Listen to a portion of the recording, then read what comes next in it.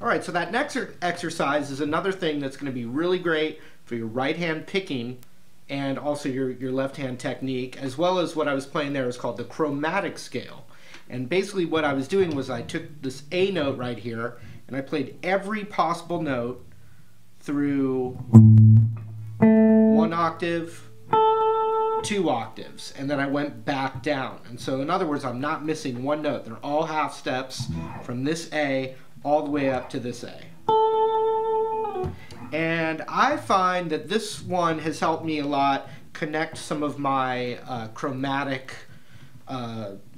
phrasing, you know, with my blues and fusion-y kind of stuff. Knowing the chromatic scale has opened up some really cool, you know, more jazzy sounds.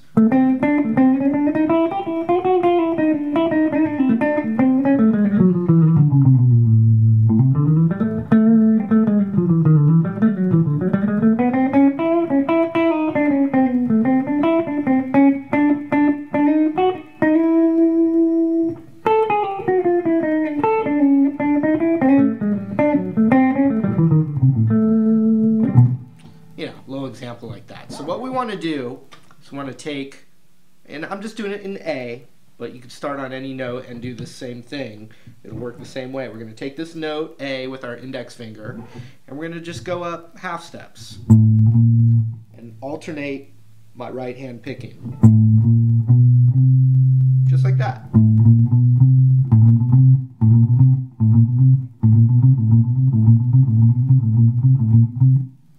Okay, then to get the next note, which is a half step up, that note right there, which is a C sharp, also exists right here on the 4th fret of the A string.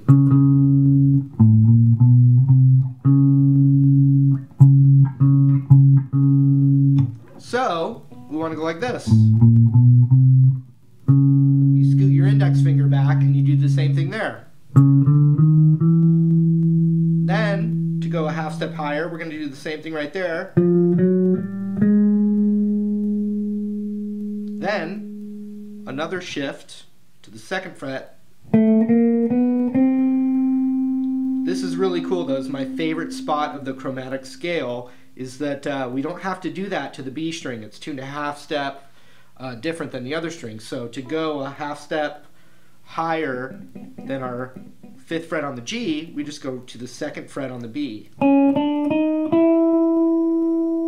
So up to that point,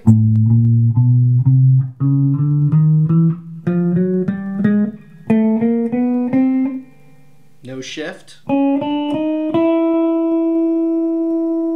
Now we shift again to the 1st fret on the high E, and we do that. And then we just slide it up a half step and we're at the root. Put it all together. And remember, alternate picking with the right hand.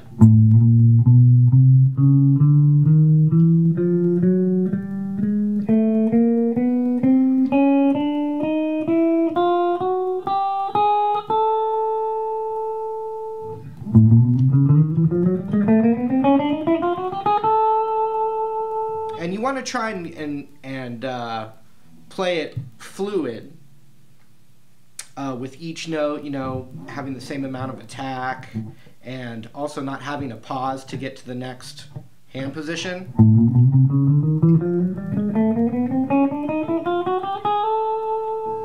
The next thing is to just go backwards, and we're going to go like that. We're going to do it a little different. This is the descending chromatic scale. Now we're going to do a finger shift. We're going to get our pinky on the 6th fret of the B string and do the same thing. So, from A,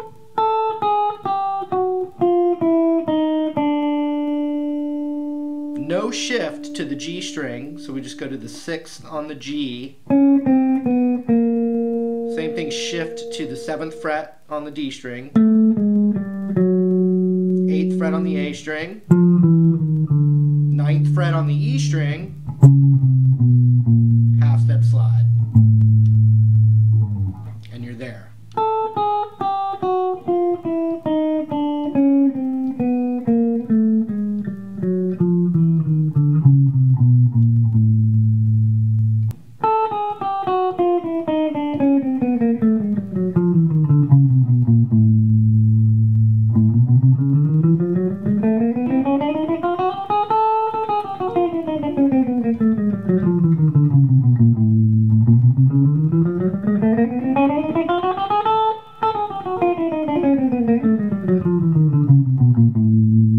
Something to keep in mind, you know, if you're trying to have this ease into your music, you can get it into your phrasing without playing that whole chromatic scale thing I was doing. For instance, you know, if I'm got my root in blues and A,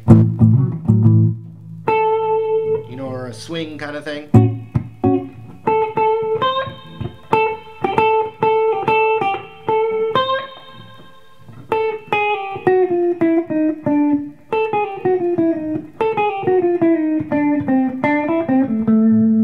So I just went chromatic.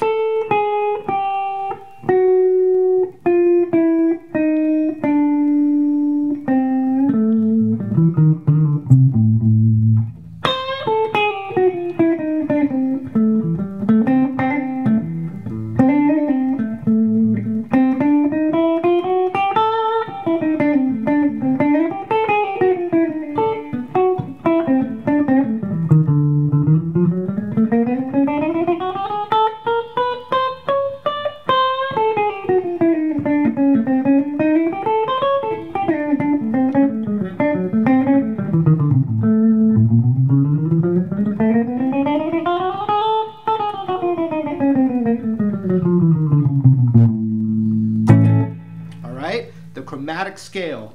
And once again, that's something that I tried to show you how you can make that musical, or how it plays into like real improvising. But not only that, it's just a great speed exercise. In fact, Bob, one of my mentors, Bob Ryan, I said, how did you build speed? What thing did you practice? And that's the thing he practiced more than anything else, and built up his speed. So you can use your metronome and see how fast you can play that chromatic scale and keep turning it up. If you get bored with it, move on. Don't stay with any of these too long, like me talking too long. Anyway, I've got another one coming right up, but those first two are really great for your technique, and hope you get some good use out of it.